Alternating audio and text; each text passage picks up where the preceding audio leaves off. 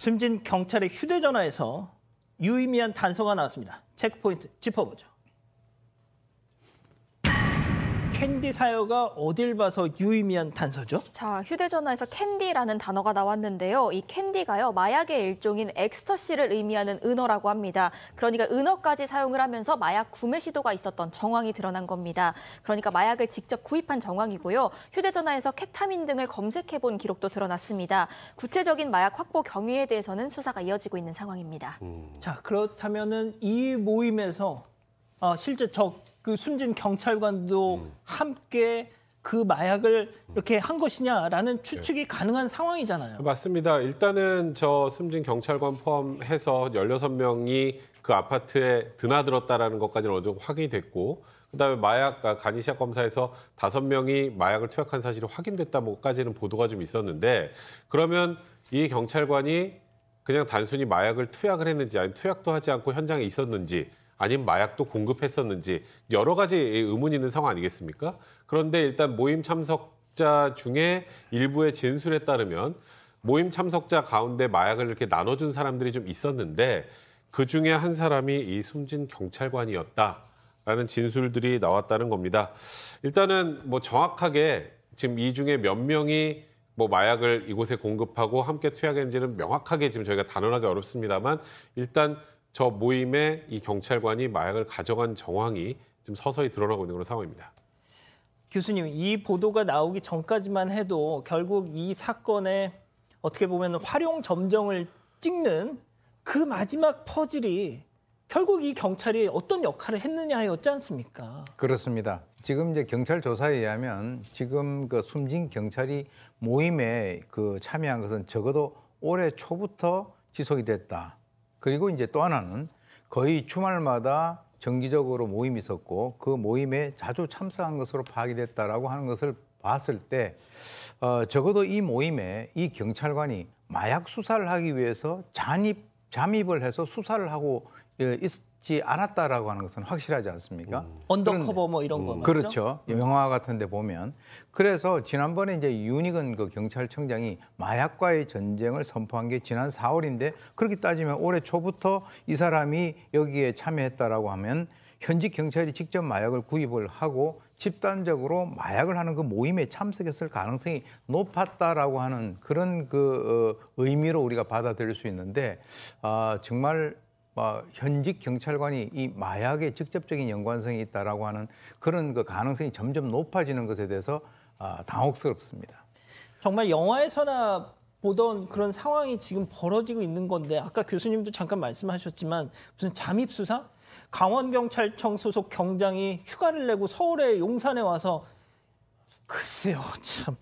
하지만 뭐가 됐든 속단은 않겠습니다. 아직까지는. 하지만 결국 그 부검 결과가 나와야 되는 거잖아요. 그렇습니다. 이 모임 자체도 지금 아직까지는 좀 미스테리한 상황이에요. 모임 구성원들이 뭐 의사, 대기업 직원, 헬스 트레이너까지 15명 이상으로 돼 보이는데 그중에 이미 5명이 지금 마약 간이 검사 결과 양성으로 나왔거든요. 하지만 여전히 운동 동호회라고 주장을 하고 있기 때문에 이 사람들 나머지 또 검사 결과도 기다려봐야 되고, 얘기한 것처럼 그 해당 경찰은 정말 마약을 했을까, 지금 부검에 들어갔기 때문에 뭐 짧게는 일주일, 길게는 2, 3주가량 걸린다라고 하거든요.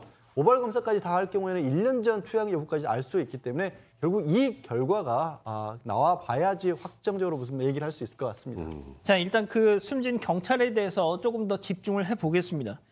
그 사고 당일 그 현장에 있었던 사람들의 증언이 또 지금 전해지고 있는데 그 A 씨가 그 숨진 경찰이 이러하더라 했다 뭐 이런 증언이 나오고 있어요. 네, 맞습니다. 지금 그리고 이 경찰관의 죽음이 자살인지 타살인지에 대해서도 의문이 있는 상황 아니겠습니까?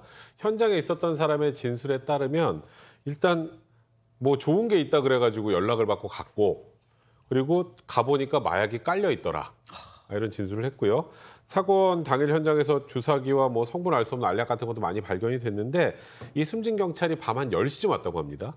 10시쯤 와서 새벽쯤에 다른 사람들보다 훨씬 마약에 많이 취해 있었고 너무 취해서 방으로 데리고 들어갔는데 아무도 보지 못한 사이에 창문으로 추락을 했다, 이렇게 지금 진술을 거의 일관되게 하고 있다고 합니다, 참석자들이.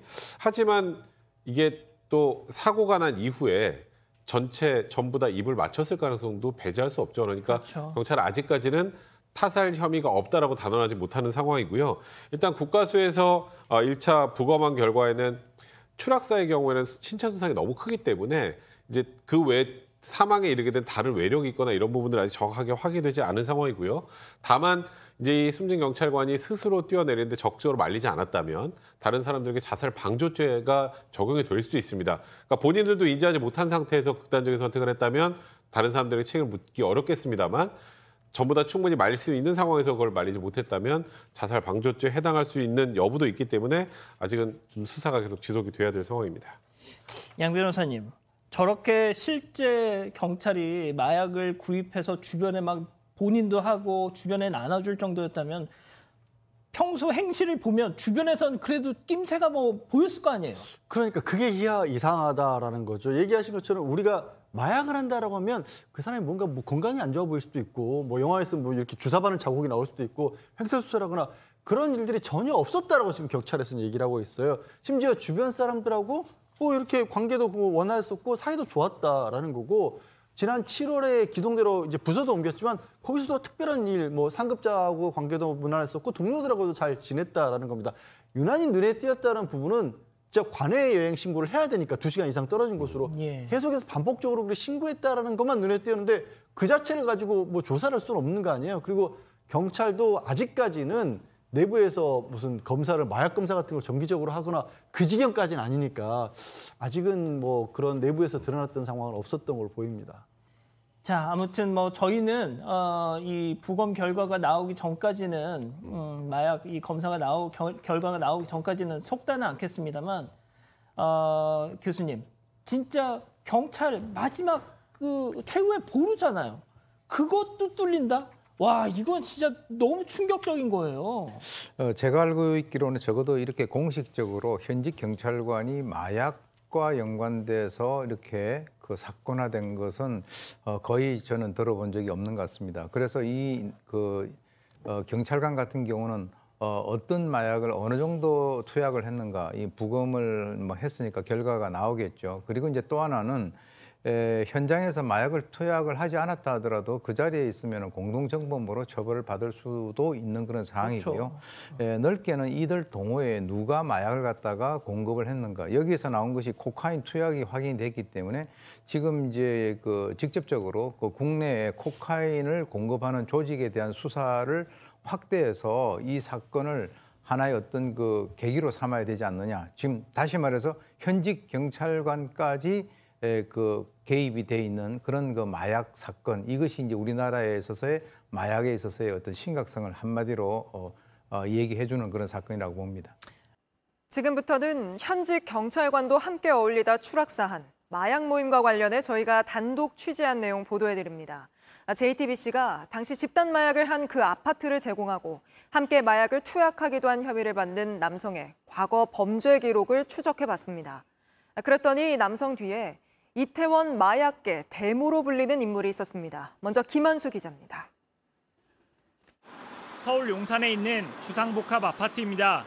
지난주 이곳 14층에서 현직 경찰관이 떨어져 숨졌습니다. 그리고 현장에 있던 7명과 도망쳤던 8명 모두 마약을 한 혐의 등으로 입건됐습니다. 입건된 사람들 가운데 아파트를 장소로 제공한 A씨가 있었습니다. A씨의 과거 마약 전과 기록을 확인해봤습니다. 2019년 태국에서 3차례에 걸쳐 케타민과 엑스터시를 투약했고 마약류 의약품을 국내로 몰래 들여왔습니다. 징역 1년 6개월에 집행유예 3년이 선고됐습니다.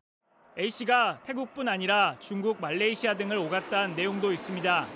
집 주변 사람들도 출장이 많았다고 말했습니다. 내가 뭐 출장 중이었다 이러면서 너무 바쁘니까. 그런데 이 판결문에 A씨와 함께 재판에 넘겨진 또 한 명의 인물 B씨가 등장합니다. B씨는 당시 A씨와 태국의 한 클럽에서 엑스터시를 투약했고 공항에서 함께 검거됐습니다. 또 이태원의 한 클럽 주변에서 자주 마약을 거래한 혐의로 징역 2년을 선고받았습니다. 당시 재판부는 B씨의 마약 거래에 클럽 운영을 위해 돈을 벌려고 했다고 판단했습니다. 또 B씨가 이태원 일대에서 마약계 대모로 불린다고 했습니다. 경찰은 A씨의 전과 기록도 조사하기로 했습니다. JTBC 김한수입니다. 저희 취재진은 이 마약계 대모라고 불리는 사람과 그 주변을 더 추적해봤습니다. 경찰이 수사선상에 올린 이태원의 한 클럽은 물론이고 근처 다른 곳에서도 이 대모를 중심으로 여러 사람이 집단으로 마약을 한 걸로 드러났습니다. 경찰 수사도 확대될 걸로 보이는데 이어서 김지윤 기자가 보도합니다. 서울 이태원에 클럽이 모여 있는 곳입니다. 지난주 집단 마약 사건 현장에 있던 일행 가운데 일부는 이곳의 한 클럽에 머물다 아파트로 갔습니다. 경찰은 최근 이 클럽을 압수수색했습니다. 마약계 대모로 불린 B씨가 등장하는 판결문들을 찾아봤습니다. 경찰이 수사하고 있는 이 클럽에 옛 이름이 나옵니다. B씨가 이 클럽 화장실 앞에서 마약을 자주 거래했다고 돼 있습니다. 회사원, 건축업자, 음악가 등이 B씨에게 마약을 사갔습니다. 구매자들이 이 클럽 VIP룸에서 집단 투약을 했다고도 적혀 있습니다. B씨는 이 클럽 외에도 이태원의 대형 호텔 주변 등을 돌며 마약을 거래해왔습니다. 마약 거래 장소로 자주 이용된 이태원의 한 교회 근처 도로입니다. 이곳에선 8개월에 걸쳐 30번 넘게 마약 판매를 한 걸로 드러났습니다. B씨는 중국 대만 국적의 딜러를 통해 케타민과 엑스터시를 많이 사온 뒤 작게 나누어 팔았습니다. JTBC는 B씨의 4년 전 주거지를 찾아가 봤지만 만날 수 없었습니다. 집단 마약 뒤에 공급책으로 보이는 인물이 드러나면서 경찰 수사도 확대될 걸로 보입니다. JTBC 김지윤입니다.